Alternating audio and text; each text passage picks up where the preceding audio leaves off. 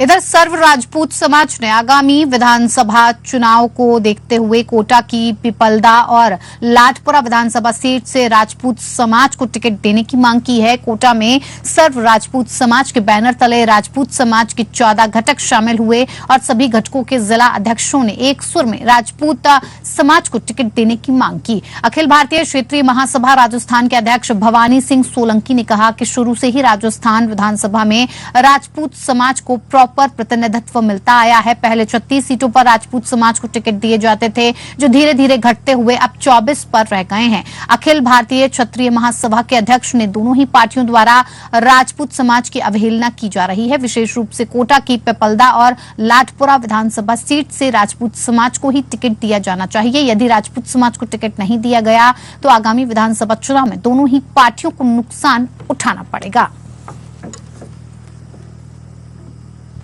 और हमारी मांग है दोनों पार्टियों से कि हमें लगातार पूरे राजस्थान में 36 टिकट हमारे राजपूत समाज के लिए आरक्षित थे या मिलते थे।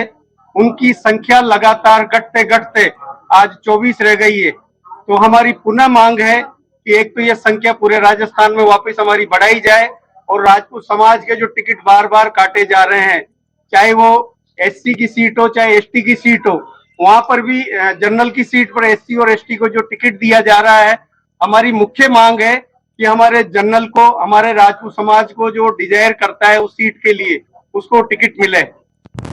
इसी पर ज्यादा जानकारी के साथ हमारे संवाददाता संजय दत्ता हमारे साथ फोन लाइन पर बने हुए हैं। संजय, राजपूत समाज की ये मांग है कि उनकी जो टिकट है उसे बार बार काट कर, जो पहले 36 हुआ करती थी, आज के वक्त में 24 रह गई है, और अगर दोनों ही पार्टियों में से टिकट को इसी तरह काटा गया तो आने वाले वक्त में विधानसभा चुनाव में दोनों ही पार्टियों को इसका खामियाजा भुगतना पड़ेगा। एक तरह से दोनों ही पार्टियों को इस समाज की तरफ से चुनौती दी गई है। अब इस चुनौती से निपटने के लिए कांग्रेस और भारतीय जनता पार्टी को किस तरह के कदम उठाने पड़ेंगे?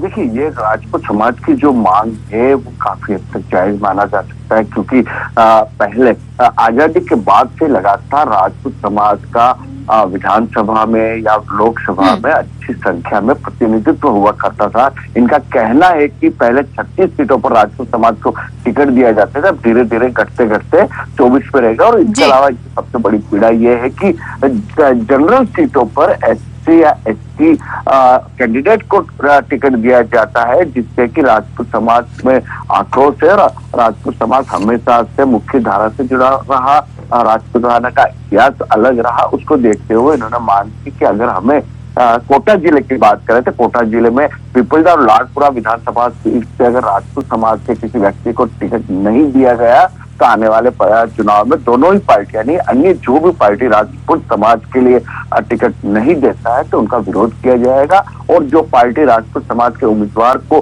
टिकट देती है तो उसको पूरी तरह से जिताने की कोशिश की जाएगी सर्व राजपूत समाज द्वारा। जी संजय, आपका बने रहिए हमारे साथ, आगे भी आपसे बातचीत का सिलसिला जारी रखेंगे।